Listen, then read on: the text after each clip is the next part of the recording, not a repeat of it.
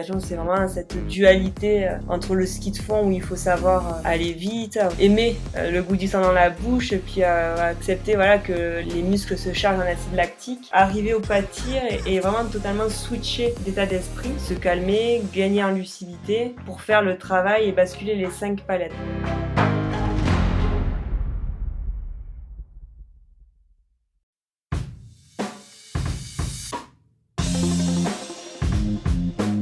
Hello hello, c'est Loïc Blanchard, le créateur et host du podcast indépendant Les Frappés. Je suis un ancien sportif de haut niveau, aujourd'hui reconverti en sportif aventureux, mais aussi entrepreneur, coach et préparateur mental certifié. Passionné d'outdoor et de défis en tout genre, j'ai voulu créer une communauté autour des valeurs de résilience, de dépassement de soi et de détermination, en vous offrant chaque semaine des conversations inspirantes avec des invités incroyables issus d'univers très variés. J'ai reçu aussi bien des athlètes olympiques que des entrepreneurs à succès, des aventurières professionnelles ou encore des anciens des forces spéciales. Leur point commun, la passion pour leur projet et l'audace de se lancer. Alors fonçons ensemble découvrir mon invité de la semaine. Excellente écoute à vous les frappés.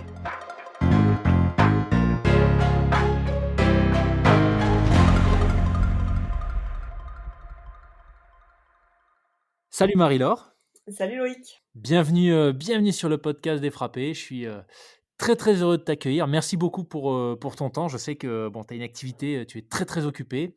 Donc c'est super que tu aies pu te libérer pour partager un petit peu ton parcours, alors ton double parcours, puisque tu nous en diras plus. Mais moi j'ai trouvé ça passionnant dans ton histoire, c'est que tu as été sportif de haut niveau en biathlon, pour tout dire.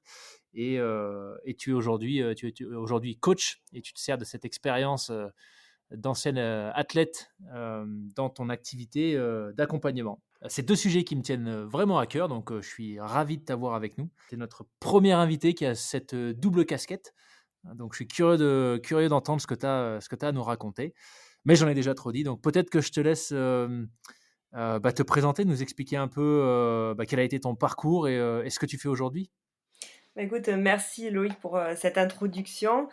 Moi, je suis ravie de partager ce moment avec toi.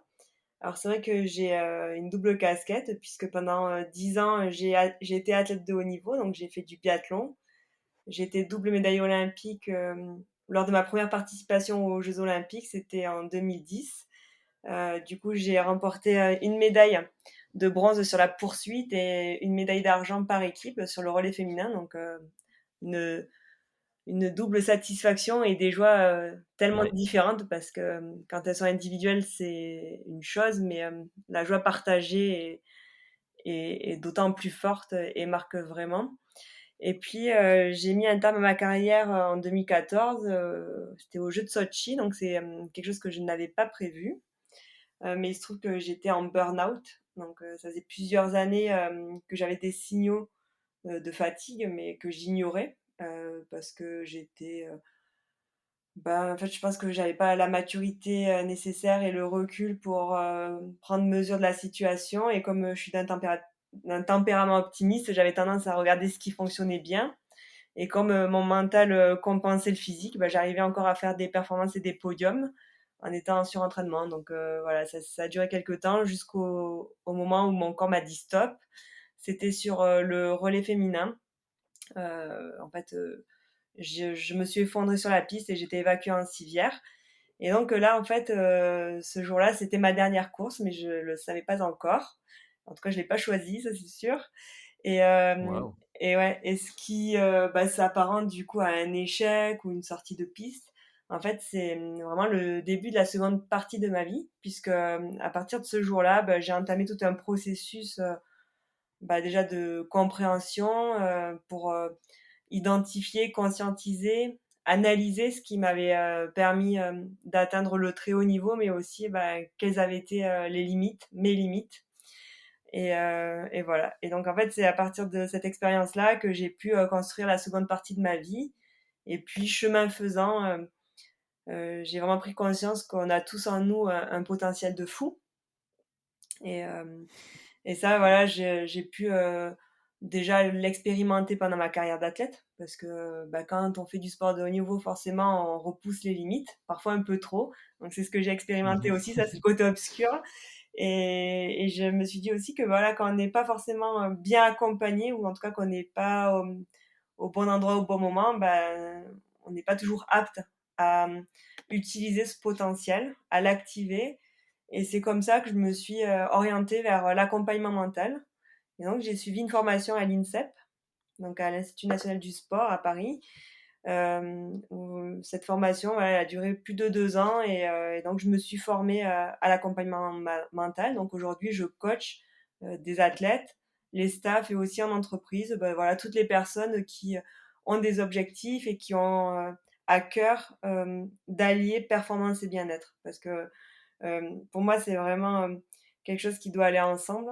parce que la performance à court terme, elle est possible, mais, elle peut faire des dégâts et alors que quand on est vraiment, dans notre centre et ben, on peut être performant et durable et donc, c'est vraiment cette notion de durabilité qui m'importe, aujourd'hui, quand j'accompagne des personnes. Super intéressant. Donc tu fais quelque part ce qui t'aurait toi aidé à l'époque, à rester dans la performance durable? Ouais, c'est ça, en fait, j'ai clairement, identifié que certainement ma trajectoire, aurait été, autrement, si j'avais été accompagnée et ça vraiment c'est une démarche, personnelle, c'est une démarche que l'athlète doit avoir.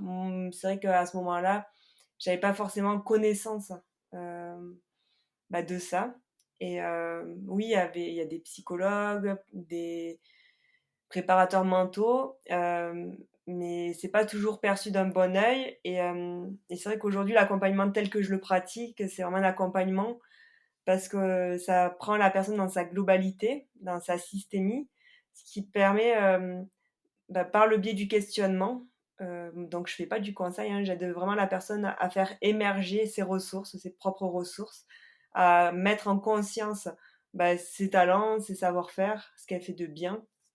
Parce qu'on fait tous, hein, plein de choses très bien, on les répète, hein, mais on n'en a pas toujours Mmh. bien conscience et le fait de le remonter à la surface de la conscience, bah, ça permet dans des situations d'enjeu, soumis à la pression, bah, de pouvoir, être au contact de ces ressources-là beaucoup plus facilement et donc ouais, je fais ce métier parce que je pense que ça m'aurait été utile à un moment et surtout parce que je me dis que, c'est dommage en fait, d'avoir du talent et vraiment il y a tout le monde, hein, nous tous, on a du talent mais on le sait pas toujours et donc je trouve ça dommage de voilà, peut-être d'être un peu à côté de ses pompes une partie de sa vie, quoi.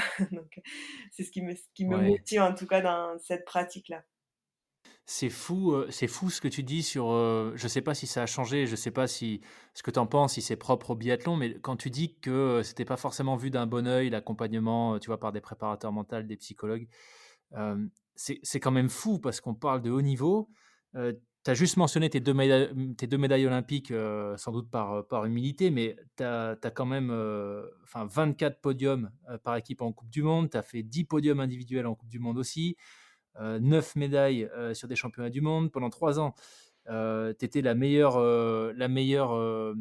tireuse hommes et femmes confondus. Donc enfin, on parle vraiment de très, très haut niveau et pour autant, il y a toute une facette, enfin qui est juste indéniable du haut niveau, qui est, bah, le mental et le bien-être, sur lequel visiblement, enfin, il y a des choses qui pourraient être changées et c'est hyper intéressant de voir qu'on en est, bah, on en est toujours là, tu vois?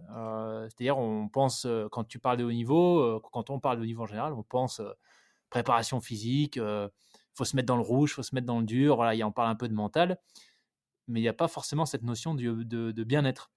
Ouais, c'est vrai que, bon, les choses bougent et puis ça dépend, vraiment aussi des disciplines, des sports.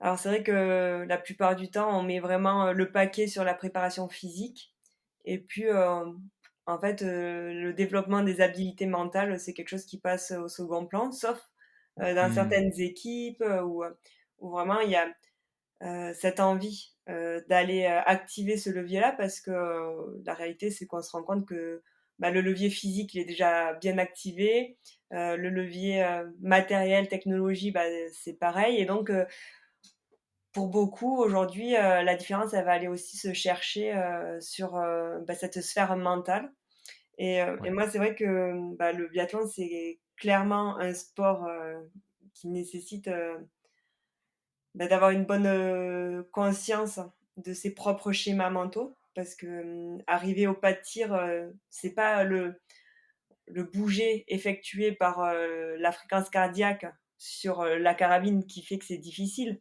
En fait, ce qui est dur, c'est toutes les pensées parasites qui arrivent en moins Mmh. de quelques secondes et donc finalement, qu'est-ce qui a fait que pendant des années, comme tu l'as mentionné, j'ai été la meilleure tireuse du circuit hommes et femmes?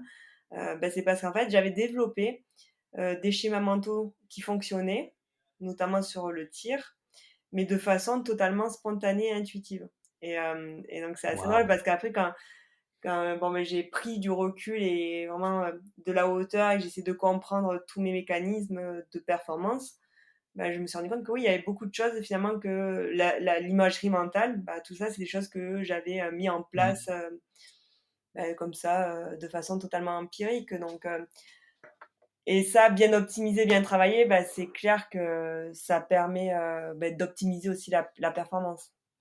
Mmh. Ah, Donc oui, c'est ouais. dingue que tu aies fait ça intuitivement. Ouais, après c'est ce qui fait aujourd'hui que, lorsque j'accompagne, des athlètes, mais aussi en entreprise, j'ai, je comprends assez rapidement, de quoi il s'agit parce que j'ai été aussi traversée par ces expériences-là. Après, Mmh. toute expérience est vraiment propre à chacun, on est tous singuliers, mais n'empêche qu'il y a un vocabulaire commun et oui, ça me permet, d'avoir, une meilleure compréhension, des enjeux. Tu sais, tu me fais penser à une conversation que j'ai eue avec, aussi un ancien sportif de haut niveau, mais lui en triathlon, Olivier Courret, qui est coach, qui est maintenant coach mental et hypnothérapeute à Hong Kong et il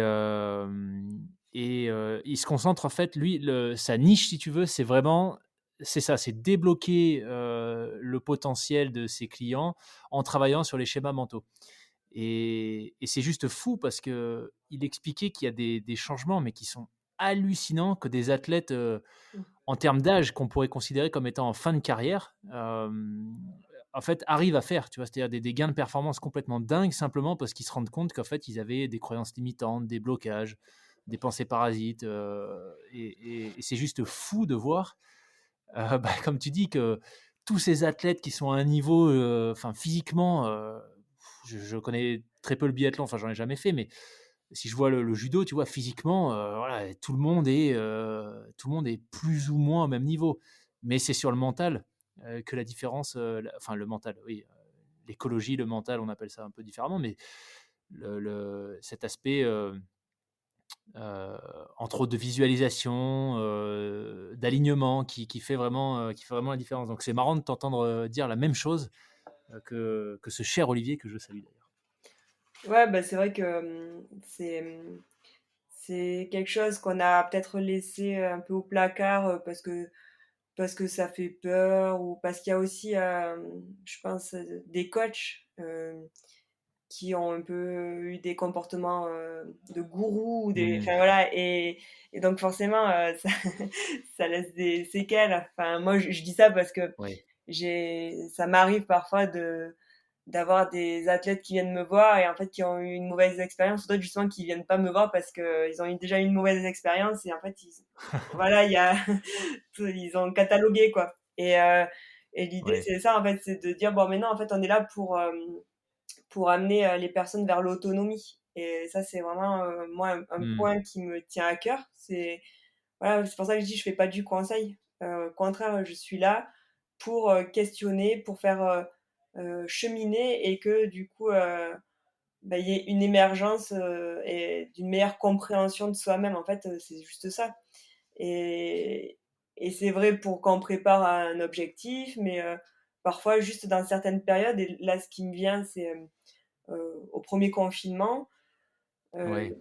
typiquement la veille du confinement, le dernier athlète que j'ai eu, en séance, en présentiel, on a travaillé, justement, l'état d'esprit, dans lequel il voulait être pendant le confinement et ce qui fait que parce que c'est vrai que c'était, quand même compliqué, hein, pour, ces athlètes, là, c'était un cycliste pro donc Il faut avoir une bonne gestion, hein, sur des phases comme ça.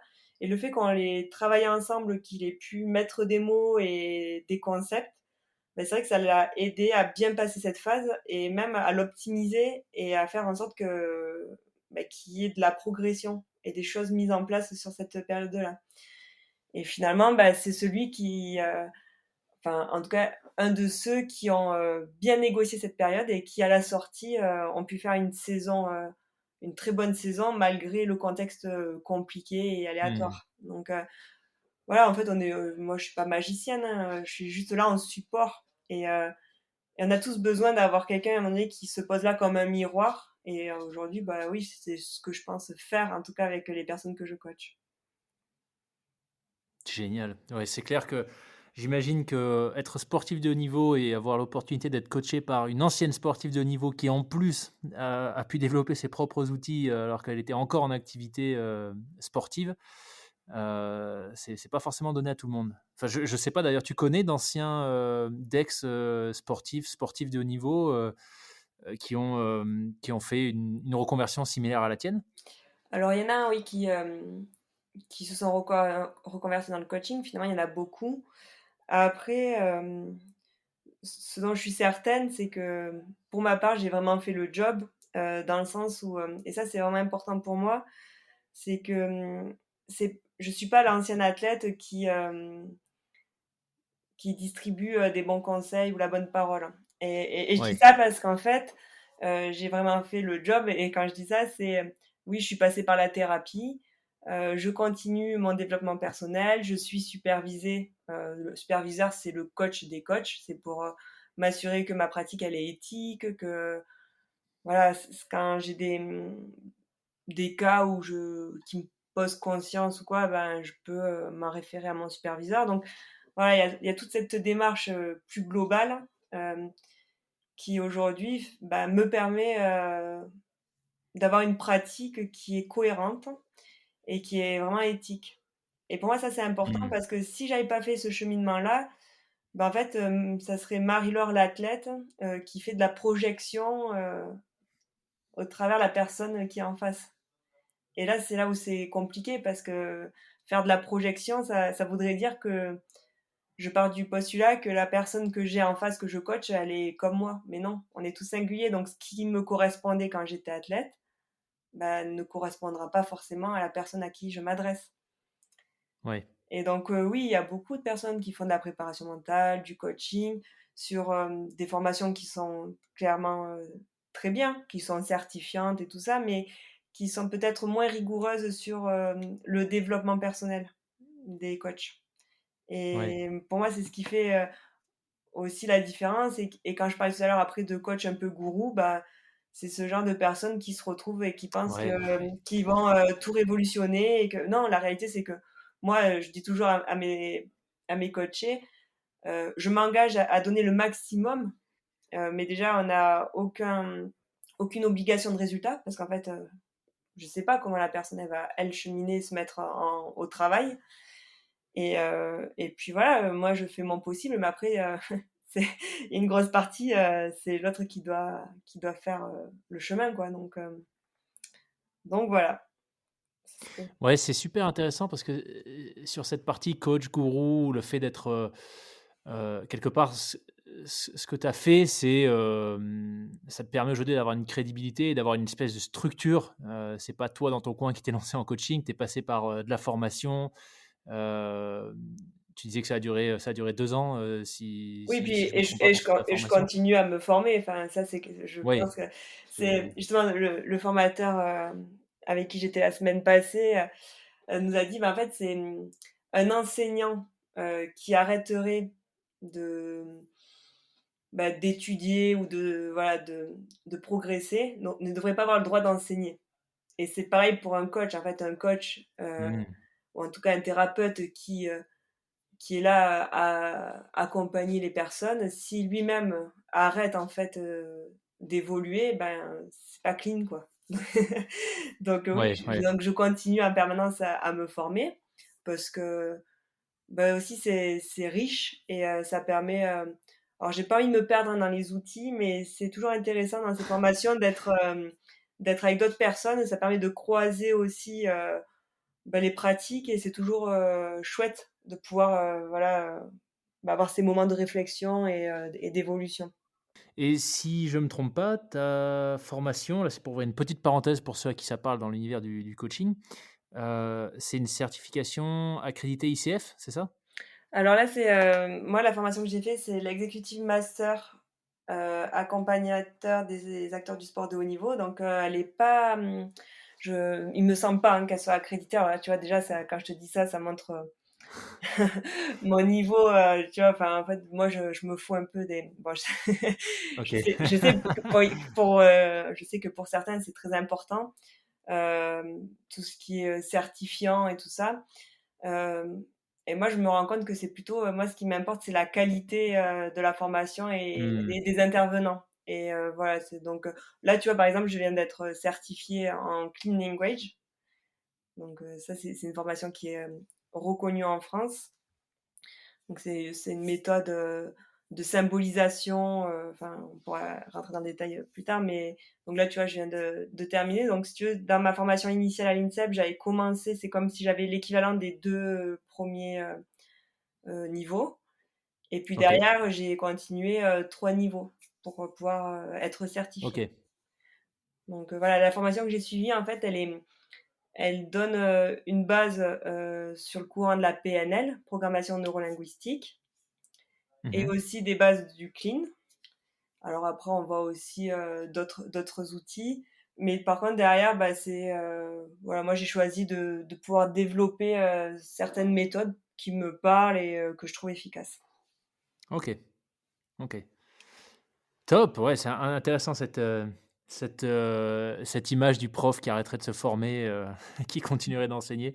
C'est vrai que c'est un peu ouais, c'est ça paraîtrait un peu bizarre. OK, écoute, si ça te va, je te propose qu'on rentre peut-être, on a déjà un peu pas mal parlé de coaching, qu'on rentre peut-être un peu dans le détail, un peu plus dans le détail sur le biathlon, donc cette 1re casquette que tu as eue. Hem et notamment sur, le rôle du mental puisque tu disais que c'est quelque chose avec du recul maintenant qui toi était ta force. Donc peut-être que tu pourrais nous dire, quels sont à tes yeux, les enjeux, on va dire du biathlon au-delà de l'aspect physique? Qu'est-ce qui fait que voilà, c'est quoi les aspects, compliqués de ce sport?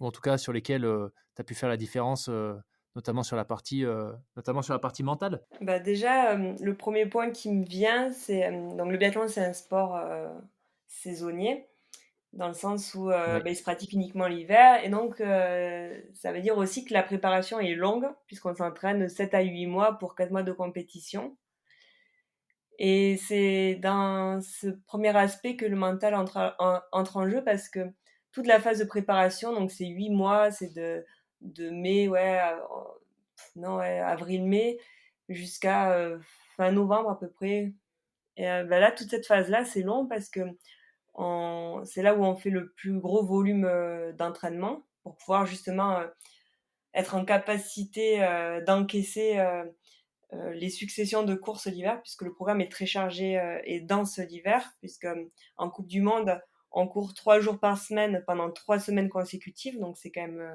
bien intense, Ah oui. et donc la phase de préparation est hyper importante et c'est vrai que déjà à ce moment-là, c'est important, d'avoir notre mental comme allié parce que les derniers mois de préparation, c'est long, dans le sens où on a tout fait en tout cas, du mieux qu'on pouvait, en général. Mais parfois il y a eu des blessures au travers ou voilà des imprévus et la chose c'est qu'on sait jamais, même s'il y a des petits chronos qui sont faits, on sait pas, où c'est qu'on en est, dans notre forme physique, Oui. c'est difficile de se jauger.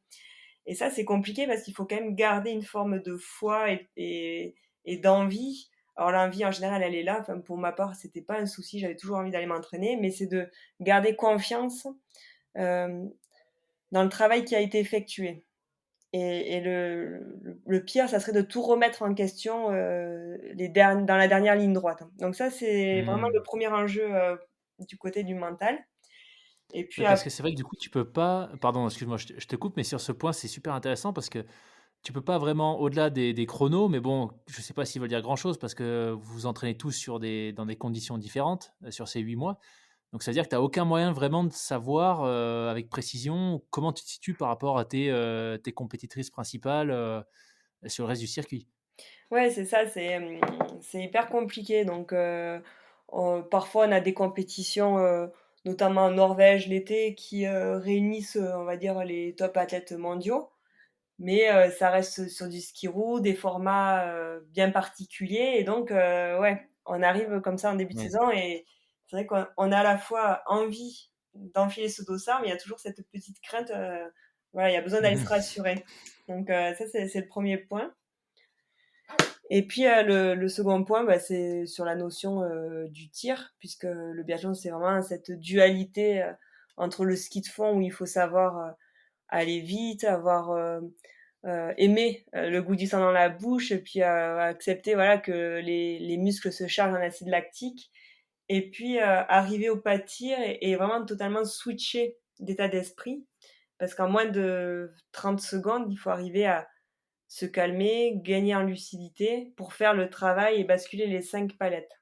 Donc, l'enjeu, il est à ce moment-là d'arriver à passer d'un fondeur, quelqu'un qui est, voilà, qui est à fond sur ses skis, qui joue le chrono, à une personne, calme et lucide. Parce que le chrono, lui, continue de tourner et pourtant il faut arriver à faire le vide pour, se focaliser sur la manière et quand je dis la manière, c'est, pour moi, c'est ce qui fait la différence, sur le pas de tir, entre un athlète qui reste focalisé sur ce qu'il a à faire techniquement, donc c'est deux trois points techniques qui lui permettent de basculer les 5 balles, enfin les 5 palettes et puis, celui qui se laisserait embarquer par, son mental. Parce que quand on arrive au pas de tir, notamment sur des courses, où, comme la poursuite, la mass start, où on voit en temps réel ce qui est en train de se passer et où est-ce qu'on se situe dans la course, ben là, en fait, l'ego fait que, d'un coup, on arrive à faire tous les schémas de course possibles et inimaginables en quelques secondes et en fait, OK. le risque, c'est de s'embarquer, se laisser embarquer là-dedans et de passer, totalement à travers de son tir et voilà et du coup, c'est là où quand je parlais pour moi, le mental, c'est lié avec l'humilité, c'est cette capacité à faire le reset, avant chaque course, de revenir sur les fondamentaux et pour moi les fondamentaux, c'est, bah, une fois que tu t'es entraîné, bah, voilà, 1000 fois, 10 000 fois, enfin maintes et maintes fois, parce que la répétition permet l'intégration, donc c'est vraiment par la répétition que l'intégration de nouvelles compétences, est possible. Et une fois que tu as fait ça à l'entraînement, l'enjeu, il est de faire juste ce que tu sais faire.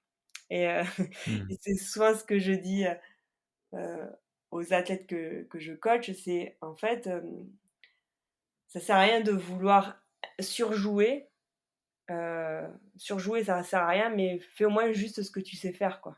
Mais faire moins, c'est pas bon non plus, quoi, donc et pour faire ça, il faut déjà avoir conscience de ce que tu fais de bien.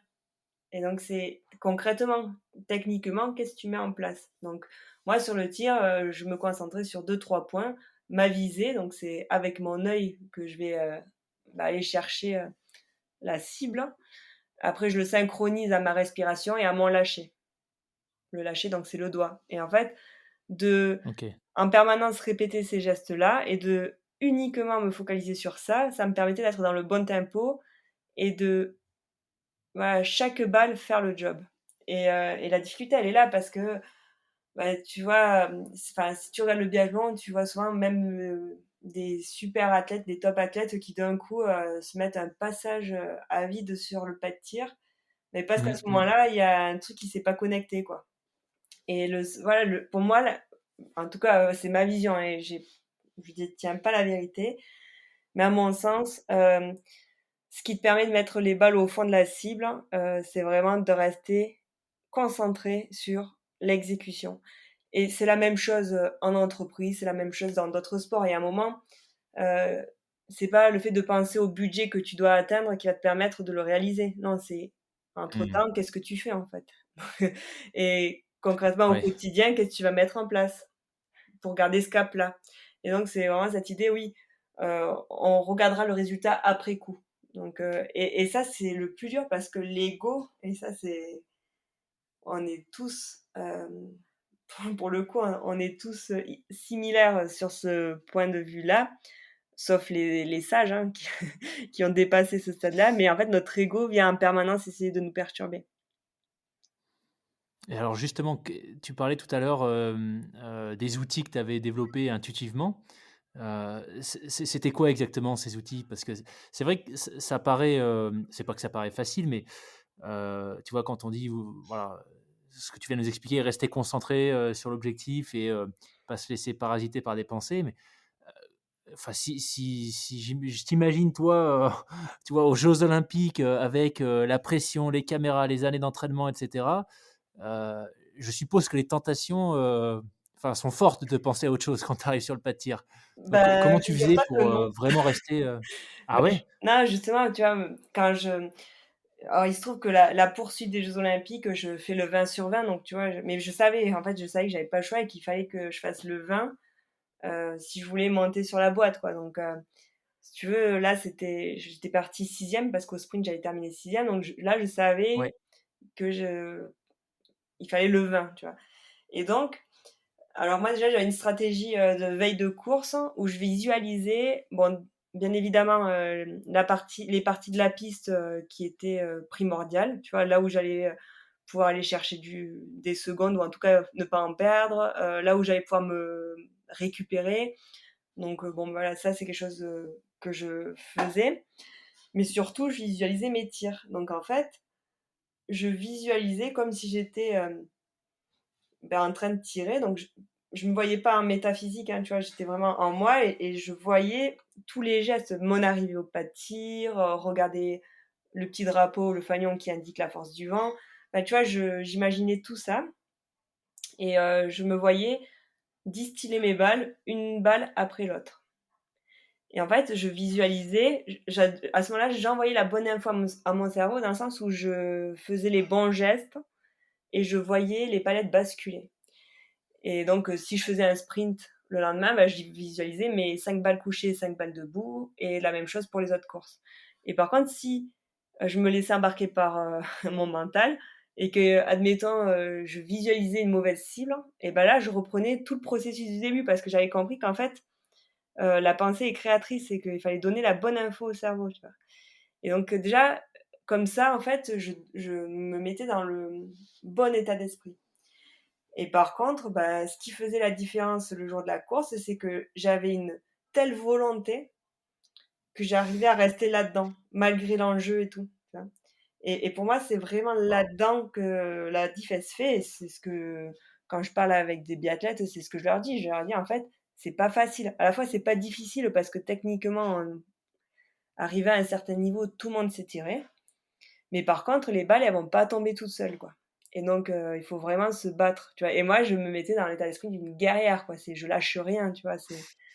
Et je savais que c'était intense mentalement, c'était, ouais, 20-30 secondes sur un tir, mais qu'il fallait que je sois toute là, quoi. Et donc ça, c'est quelque chose que j'ai cultivé à chaque séance d'entraînement et ce qui m'a permis de pouvoir, assez rapidement, le mettre en place, là où d'autres, en fait, psychotent et tu vois, c'est le terme qu'on utilise en biathlon, c'est en fait, c'est: «Ouais, j'ai psychoté». Bah oui, en fait, c'est quand tu commences à tout remettre en question alors que tu as un truc qui est assez Ouais. basique à faire et qu'il faut juste le faire, mais c'est le ce vu que c'est juste ça à faire, bah, c'est ça qui devient compliqué, quoi. Et donc ça fait un sport, où parfois tu te tortures l'esprit, quoi et moi, j'ai eu la chance de comprendre ça assez rapidement parce que dans mes premières années, Hem et ben, il y a un hiver où toutes les séances, je mettais les balles, je ratais très peu de balles à l'entraînement et arrivé en course et ben, je passais à côté et je me suis dit: «Non mais attends» et ça m'a vraiment aidé à comprendre qu'il y avait un truc à développer et plutôt que de partir, dans la cogitation et de tout remettre en question, je pense que ça a été une force, à ce moment-là. Je suis pas rentrée dans ce jeu-là à me dire: «Je vais tout remettre en question», mais je me suis dit: «Non, en fait, c'est juste qu'il faut que tu te bottes les fesses, quoi» et donc j'ai cranté, mentalement sur les courses et après j'ai validé que oui, c'était cette attitude-là qu'il fallait avoir et donc oui, ça par contre, ça quand tu fais 3 courses par semaine, ça demande un gros engagement mental parce que ça coûte vraiment, ça coûte énergétiquement, de se concentrer à ce point-là. Sur ta médaille individuelle, tu avais fait le même exercice de visualisation? C'est-à-dire que tu Ah ouais, ouais. tu as eu ce que tu visais? Bah, en fait, il y avait un jour de repos entre les 2 compétitions et je me souviens que ce OK. jour-là, je me souviens que j'étais dans ma bulle, enfin, je me souviens à peu près de tout ce que j'avais fait cette journée-là, quoi. Et donc tu vois, j'avais dû aller faire un petit footing. Après, j'étais pas allée tirer, tu vois, entre les 2 courses parce que j'avais besoin, moi, de fraîcheur mentale. Et par contre, j'avais fait du home trainer en regardant, le film de Patrick Béraud là sur le fil des 4000 et de Magnin. Parce que tu vois, j'avais besoin de m'évader et moi la montagne, c'est un truc qui m'a toujours, animée et donc de voir ça, je crois que ça m'a donné de la force, tu vois? Et après ce même jour, bah, j'ai fait beaucoup de visualisation. Voilà, je connaissais la piste par cœur, je savais, où c'est que ça allait se jouer et le tir, ouais, bah, de toute façon, je savais qu'il fallait que je fasse 20 donc si tu veux, j'ai visualisé et ce qui est drôle, c'est que, le à quelques minutes du départ, donc j'étais dans l'aire de départ et je me revois, bâiller, tu vois? En fait, j'étais totalement, décontractée mais en fait, OK. ça m'a surpris parce que moi j'étais j'étais d'une nature très anxieuse, tu vois? Et stressée donc j'étais plutôt des athlètes qui ont la boule au ventre, limite à en vomir dans l'aire de départ, quoi. Et ce jour-là, ben non, j'étais totalement détendue et je m'en souviens parce que ça m'a marquée, je trouvais ça étrange et avec du recul, en fait, c'est juste que je pense que j'étais dans un état de flow, quoi. J'étais vraiment dans mon truc Mmh. et c'est une des rares fois, hein, parce que c'est quelque chose que tu contactes pas souvent, malheureusement, mais mais c'est cet état où tout est limpide, tout est à sa place et au bon ordre et en fait, je suis partie dans cet état d'esprit-là et derrière ça a déroulé, quoi. Waouh! C'est passionnant. C'est passionnant de voir, la puissance quelque part, de la visualisation et bon, j'en ai déjà parlé, mais ça me refait penser à nouveau à ce que nous disait Olivier, sur un épisode précédent où il expliquait que c'est, certainement lié au fait que en fait, le cerveau ne fait pas la différence entre, la réalité et nos pensées. Hem et ouais, c'est juste fou de t'entendre dire, Bah, tu vois, tu vois, surtout le fait de bailler au départ, c'est ouais, ouais, sur un événement olympique, tu vois? Pour quelqu'un qui à la base est anxieux, c'est juste c'est fabuleux, quoi. bah, ouais, c'est que j'étais totalement, détendue et prête à Ouais. aller à la bataille, quoi. Mais, tu vois, cette histoire qu'il y a pas de différence entre, bah, ce qu'on imagine et ce qu'on vit, ça me fait penser, tu vois, dans la manière dont je coach, en fait, j'utilise des enfin, c'est pas des outils, là, pour le coup, c'est des méthodes d'accompagnement, de questionnement qui permettent de passer, du réflexif, du cognitif, donc plutôt de l'analyse, au corporel. Et tu vois, OK. si je te parle d'une situation ressource, c'est une situation, dans laquelle, bah, que tu as déjà vécue et où tu t'es senti bien, confiant, serein. Tu vois, bah, certainement, il y a des situations comme ça qui se détachent d'autres parce qu'elles étaient vraiment puissantes. Bah, tu vois, en allant les questionner, donc tu pars plutôt de quelque chose qui est réflexif, on parle d'une analyse, hop et Mmh. de questionner, d'aller un peu plus dans le détail et de décortiquer cet instant-là. En fait, tu vas te rendre compte déjà de ce qui t'anime, ce que tu fais, quelles sont à ce moment-là tes compétences, tes croyances et tout ça. Et donc en fait, petit à petit, ça redescend dans le corps et il y a des sensations après qui viennent. Tu vois, si je te dis, quand tu es stressé ou anxieux, bah, où est-ce que ça se manifeste dans ton corps? Ça, tu saurais le dire, Mmh. tu vois? Par contre, tu sais Ouais. pas forcément dire, quand tu es confiant et serein, ça se manifeste où, tu vois? Ou qu'est-ce qui Ouais, se passe ouais, pour c'est vrai. toi? Et du coup, d'aller revisiter ces expériences-là, et ben, en fait, tu réimprimes dans ton corps cet état ressource. Et après par, la symbolisation, donc tu vois, il y a des choses après qui émanent et donc tu peux le symboliser à travers un dessin, par exemple et ça, c'est quelque chose qui te sert d'ancrage et après derrière, à force de recontacter cet état-là, bah, finalement, tu viens programmer quelque chose qui Mmh. fonctionne pour toi. Et le simple fait de faire ça, bah, ça souvent ça suffit pour aller, désinstaller, tu vois, le logiciel qui est Ouais. désuet ou voilà qui te convient pas, quoi. on rentre un peu plus là dans le détail du coaching, mais je trouve ça juste passionnant et on en faisait, moi j'avais commencé à en faire un tout petit peu avant de d'arrêter le haut niveau, pour mes études, en judo. Est-ce que toi, tu en avais des ancrages et des ancrages, nous on en avait, enfin on nous avait suggéré de commencer à réfléchir à des ancrages, physiques, tu vois? Donc toucher une partie, du bras par exemple ou le fait d'entrer sur le tatami, en mettant toujours le même pied d'abord, Mmh. tu vois? Ce genre de choses. Tu avais déjà toi ce genre d'outils quand tu étais, sur le circuit? Bah, moi, j'avais, en fait, au moment où j'arrivais sur le pas de tir, bon, c'est des choses que je décidais, la veille, où je me disais: «Bon, bah, je vais switcher à tel endroit». Parce que selon le profil Ah, de la piste et du pas de tir, bah, je me disais: «Là, en gros, je vais basculer en mode tireuse». Donc soit c'était plutôt un repère visuel, mais derrière, je l'activais avec, des mots que je me disais et qui me permettaient d'être OK. dans le bon état d'esprit. Et donc je dirais que moi, À mes voix en haute? non, dans ma tête, mais c'était ça OK. suffisait, hein. Et ouais, en fait, moi, je pense que mes ancrages, ils étaient plus, verbaux. Si tu regardes maintenant avec du recul, le parcours d'un, Martin Fourcade, tu vois, qui reste, au plus haut, enfin qui est resté pendant, je sais même plus combien de décennies au plus haut niveau. Tu et je crois que tu l'as côtoyé ou en tout cas, peut-être son frère, je crois, en compétition? Ou tu es rentré à fond romain en même temps que lui, non? En En même temps formation que de Martin. mémoire, en sport-études? Ouais, en même temps que Martin, ouais. Martin, oui. OK. Oui, je le connais bien. Et tu dirais que c'est aussi le mental, qui fait la différence pour quelqu'un comme lui? Bah, alors, Dans la durabilité, justement?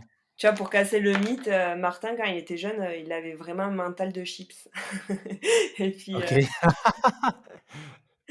je m'amuse, je peux le dire maintenant parce qu'il a prouvé que ça va, il a su, évoluer.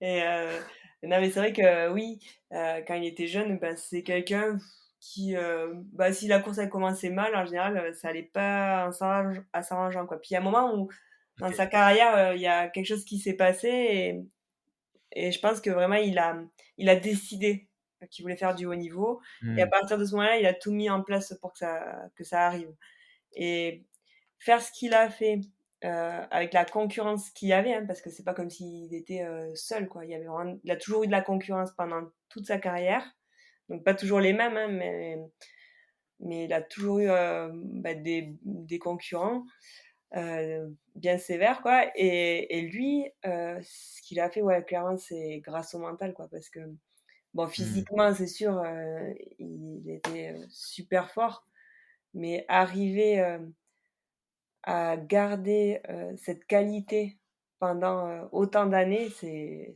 vraiment exceptionnel. Enfin et sur ça, ouais, je pense que lui, ça serait intéressant, hein, de le questionner sur ça parce que je pense qu'il a réussi à trouver des ressources, mais, seul, hein, parce que Martin, c'est le genre de gars, qui fait tout seul, quoi. Et du coup, ouais, je pense qu'il a réussi à mobiliser ses ressources, d'une façon assez incroyable. Intéressant, ouais. Ouais, j'imagine qu'à ce niveau-là aussi longtemps, c'est ce que tu disais quand on a commencé la conversation, en termes de durabilité, c'est compliqué de s'appuyer que sur le physique. Bah, écoute, qui sait, on va rêver, imaginons qu'un jour on est Martin Fourcade, on lui demandera, on lui demandera ça. Cool! Écoute, bah, merci beaucoup pour toutes ces explications sur, cette casquette de biathlète que tu as eue pendant un peu plus de 10 ans. Si on te laisse enfiler la suivante, celle de coach et accompagnatrice, moi je serais curieux de savoir, est-ce qu'il y a une thématique en particulier, dans tous les accompagnements que tu fais et les conférences que tu donnes, est-ce qu'il y a une thématique qui est, ta thématique de cœur? Alors je dirais, ça dépend, à quel public je m'adresse. En ce moment, ce qui me éveille ma curiosité et mon envie, c'est la notion d'écologie personnelle. Mmh. Parce que et je pense qu'elle s'applique vraiment à tous, mais c'est d'autant plus vrai, dans le monde de l'entreprise. Heu, Qu'est-ce que j'entends par écologie personnelle? C'est cette capacité, à avoir conscience de soi, de ses propres besoins et aussi du coup de les satisfaire. En fait, je me rends compte, qu'il y a beaucoup de personnes qui, ne s'écoutent pas. Mais, je pense que pendant trop longtemps, ça a été, montrer du doigt de s'écouter. «Ah, tu t'écoutes, mais en fait, c'est bien de s'écouter parce que ça permet de prendre la température de là où on en est, de ce que notre corps nous dit et ça, je pense, c'est quelque chose qu'on n'a pas cultivé. En tout cas, on nous apprend pas à faire ça Mmh. et et je pense concrètement que pour être en capacité de créer du lien, de la relation, et donc c'est ce qu'on demande, hein, dans une entreprise, on demande aux collaborateurs, de coopérer ensemble. Bah, pour faire ça, il faut déjà être bien avec soi-même. Comment on peut être dans la relation à l'autre si déjà on n'est pas en lien avec, nous-mêmes?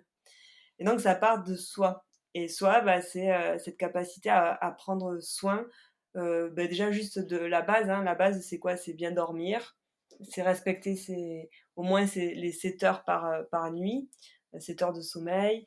C'est, ça passe aussi par ce qu'on met dans notre assiette, ça passe par l'activité physique. Alors je dis pas, d'aller courir des marathons, mais déjà juste d'avoir, cette hygiène de vie-là, parce que notre corps, il fonctionne beaucoup mieux, heu enfin notre cerveau, fonctionne beaucoup mieux si notre corps, lui, il est en forme et je pense qu'on a oublié que, notre corps est notre maison et qu'il faut, bien l'habiter. Enfin et voilà et donc aujourd'hui, moi, c'est vraiment ces messages, là que je développe et je sens surtout que ça fait écho, ça résonne parce qu'on s'est totalement oublié là-dedans.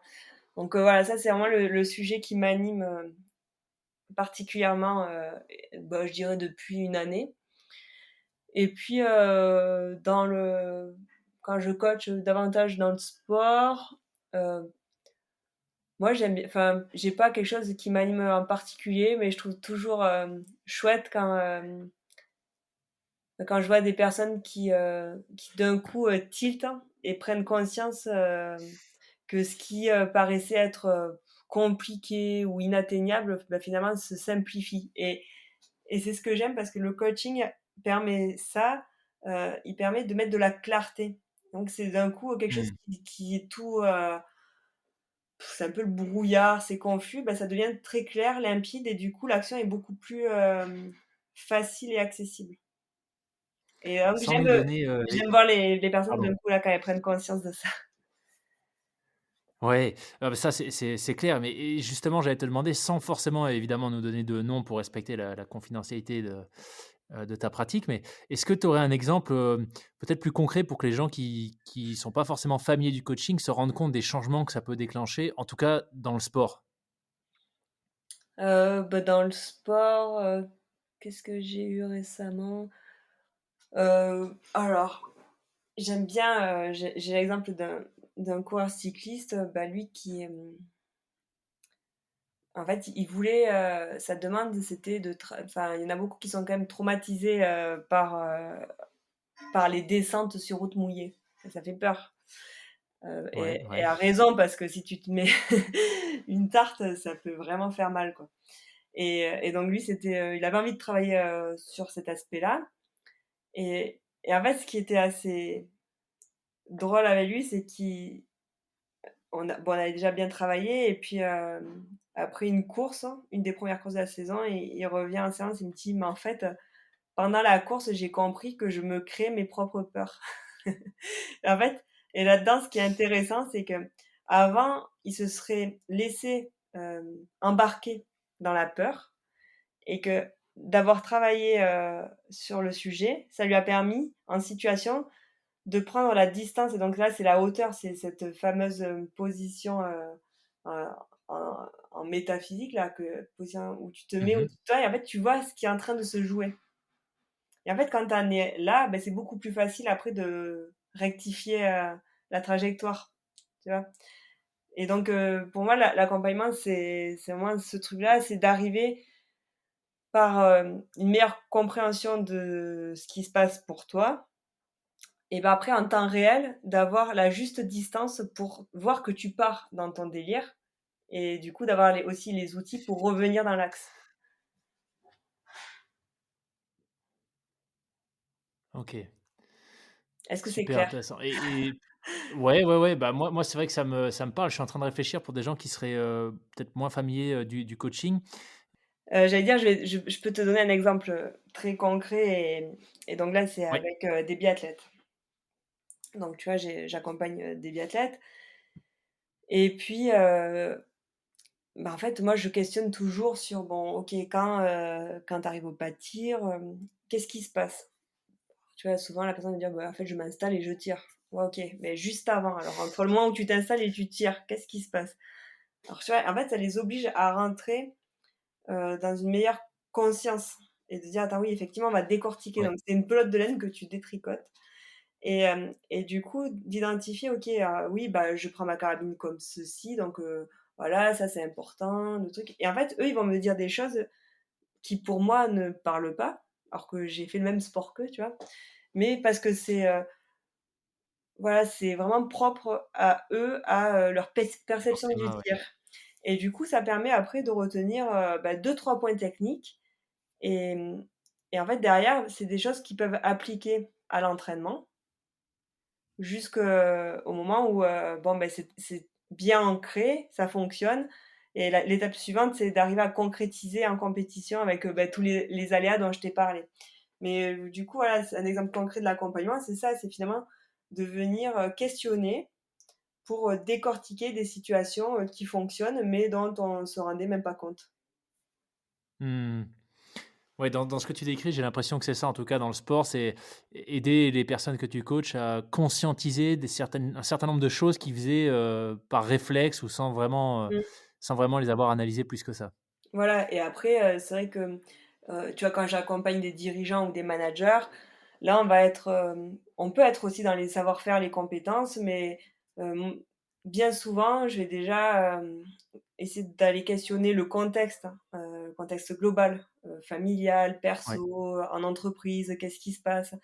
Et voir du coup, s'il y a des points de tension et du coup, comment les éviter? En tout cas, comment faire en sorte de rétablir un équilibre? Donc là, souvent, on va aller travailler plus sur la sphère personnelle, hem et ça va souvent tourner autour, de, bah, trouver le juste équilibre entre, je prends, quand même du temps pour moi et je suis aussi efficace dans ce que je fais dans mon boulot. Donc, tu vois, mmh, on va être plutôt sur des thématiques comme ça et après ça va être aussi des ouais, thématiques managériales sur, bah, voilà, comprendre, mes propres fonctionnements, moi, comment je fonctionne quand je suis efficace, en tant que manager, en tant que patron.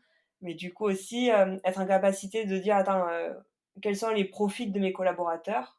et du coup, comment je vais pouvoir m'adresser à eux pour, les embarquer aussi dans l'aventure.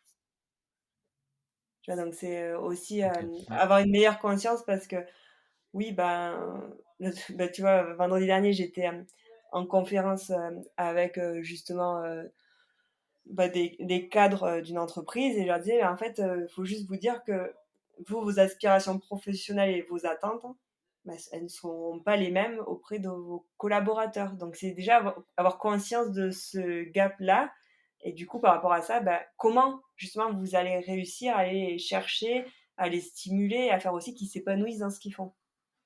mmh. C'est intéressant cette notion d'épanouissement et du coup, ça m'amène à la question suivante. Là, tu nous as bien parlé bah, en 1re partie du biathlon, on a enchaîné avec le coaching.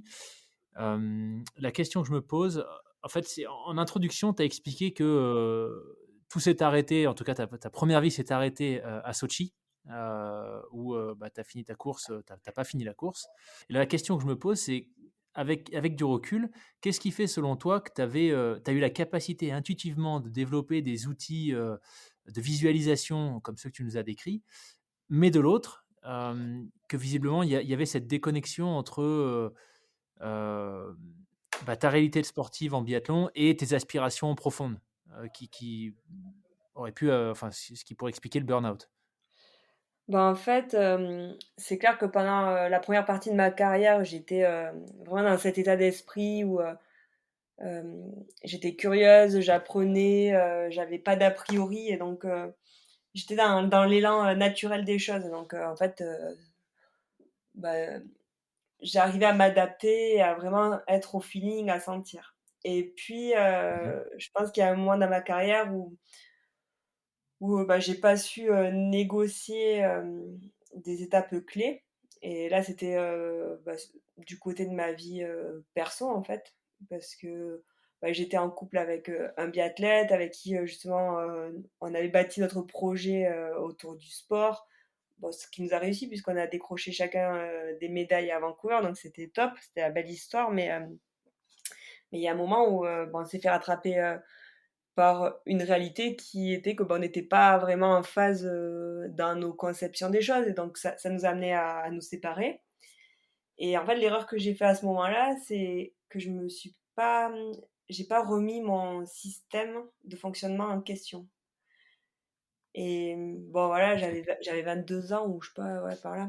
Donc c'est délicat quoi, enfin, je pense qu'à ce moment-là, j'avais pas assez de recul, enfin et de maturité et donc je me suis laissée guider, je pense par un réflexe naturel qui est la peur et donc je suis restée sur des schémas qui avaient fonctionné jusque-là. Mais en fait, jusque-là, j'avais D'accord. un autre équilibre et donc là, c'est comme si à ce moment-là, j'ai perdu un équilibre, mais que j'ai rien fait pour, trouver vraiment bien faire les choses, on va dire.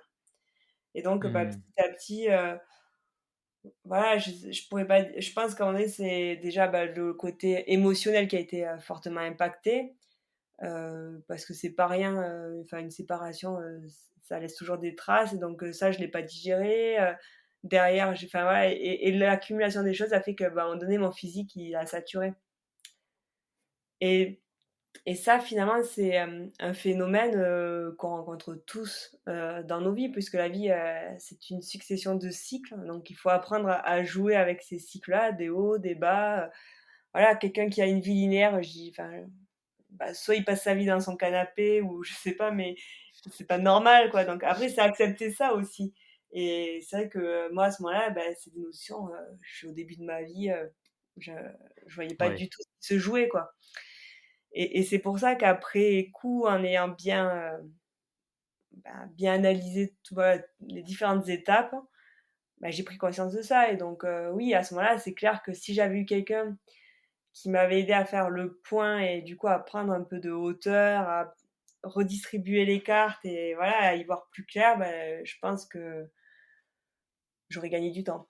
Mais et à la fois, je Ouais. suis dans l'état d'esprit, voilà, j'ai réussi à transcender cette, expérience, à Sotchi, alors que voilà, j'aurais pu rester au fond du sachet, comme on dit. Mais non, je me suis dit: c'est pas mon tempérament» et là, en fait, j'ai déjà perdu du temps, donc maintenant il faut vraiment que j'optimise et que je transcende cette expérience en quelque chose, de positif. Et donc voilà, ça après c'est je pense que c'est aussi, c'est lié à mon état d'esprit, à comment j'ai été élevée, voilà, je pense que, je suis plutôt, quelqu'un qui voit toujours, qui regarde devant. Alors, maintenant j'apprends aussi à faire Mmh.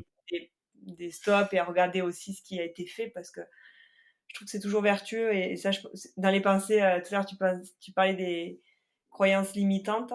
Bah, tu vois, moi j'avais cette croyance de dire quand tu regardes derrière, c'est que tu te suffis un peu, quoi. Et en fait, non, je trouve que c'est vertueux de prendre des moments d'arrêt et de dire: «OK, j'ai été capable déjà de faire tout ce chemin-là» et en fait, en faisant ça, c'est une façon d'ancrer, ce qui a été fait et ça, c'est important parce que d'ancrer, tous ces points d'apprentissage et d'évolution, ça permet aussi de développer, la confiance et l'estime de soi donc c'est hyper important mais c'est vrai que bon, il faut un peu de maturité, d'expérience pour arriver à faire ça.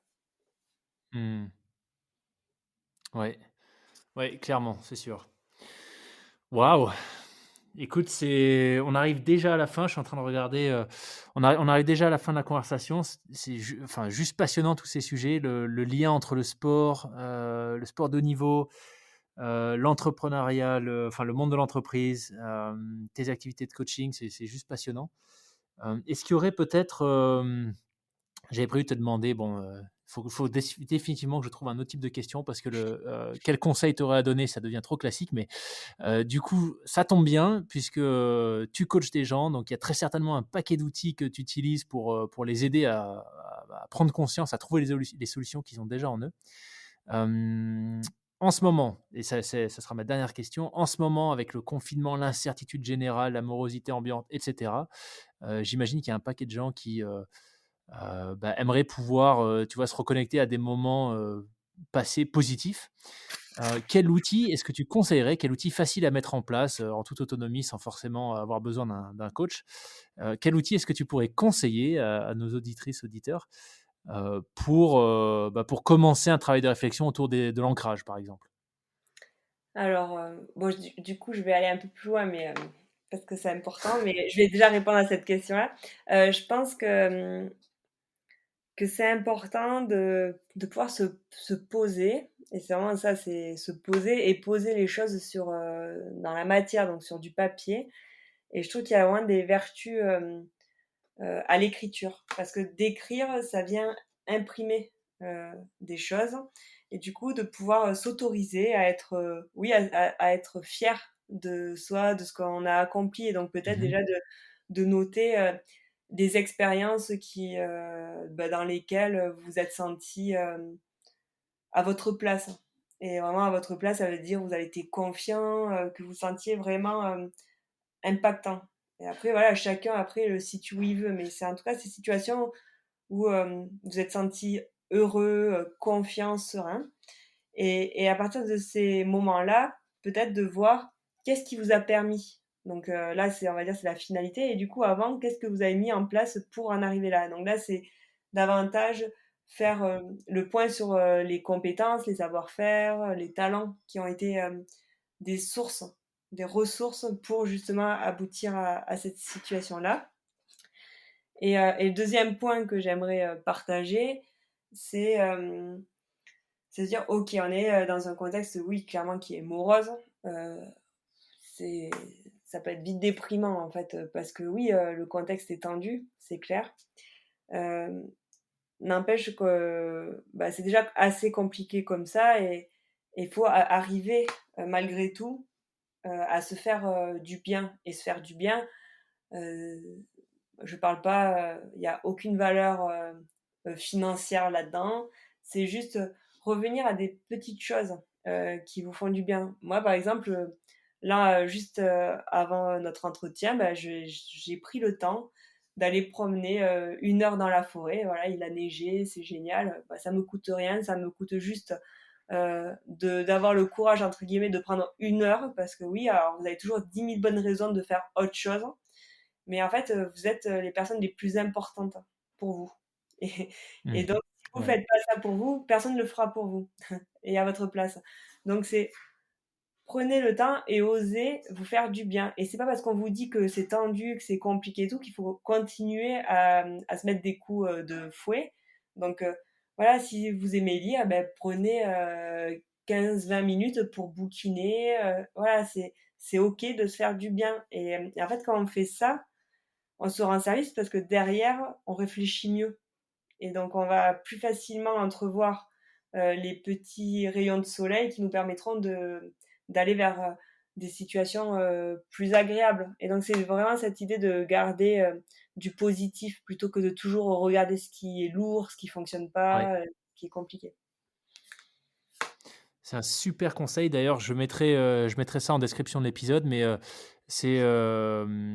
j'ai lu ton article, un de tes articles sur ton site, justement où tu parles de ça, du fait de prendre du temps pour soi, Mmh.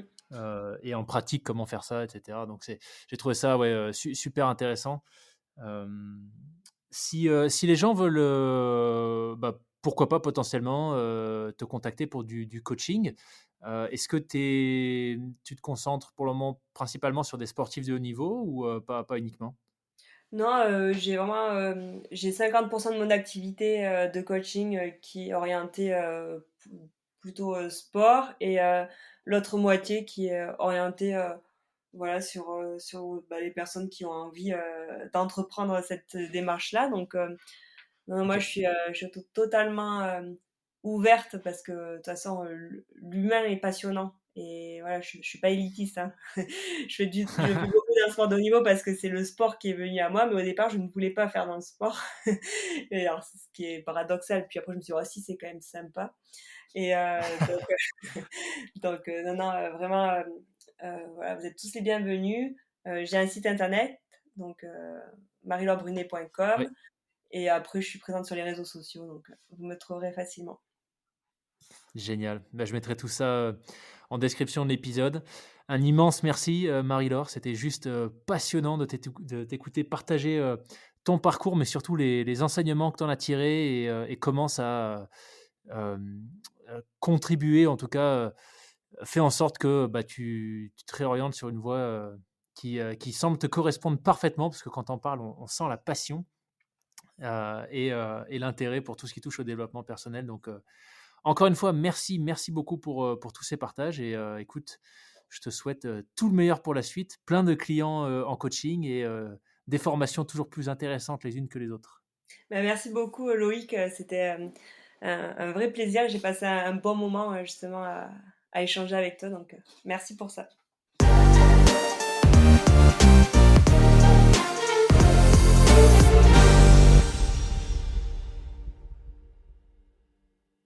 Merci d'avoir écouté cet épisode du podcast Les Frappés jusqu'au bout. J'espère qu'il vous aura intéressé, même inspiré pour vos différents projets, qu'ils soient pro ou perso. Je vous invite à nous faire parvenir vos commentaires, vos feedbacks, vos suggestions d'invités également, directement par email à contact@lesfrappés.com. Et enfin, si vous souhaitez nous soutenir dans cette aventure, n'hésitez pas à nous laisser une note sur les différentes plateformes d'écoute que vous utilisez, ainsi qu'un commentaire. Et je vous dis à la semaine prochaine pour un nouvel épisode. Ciao!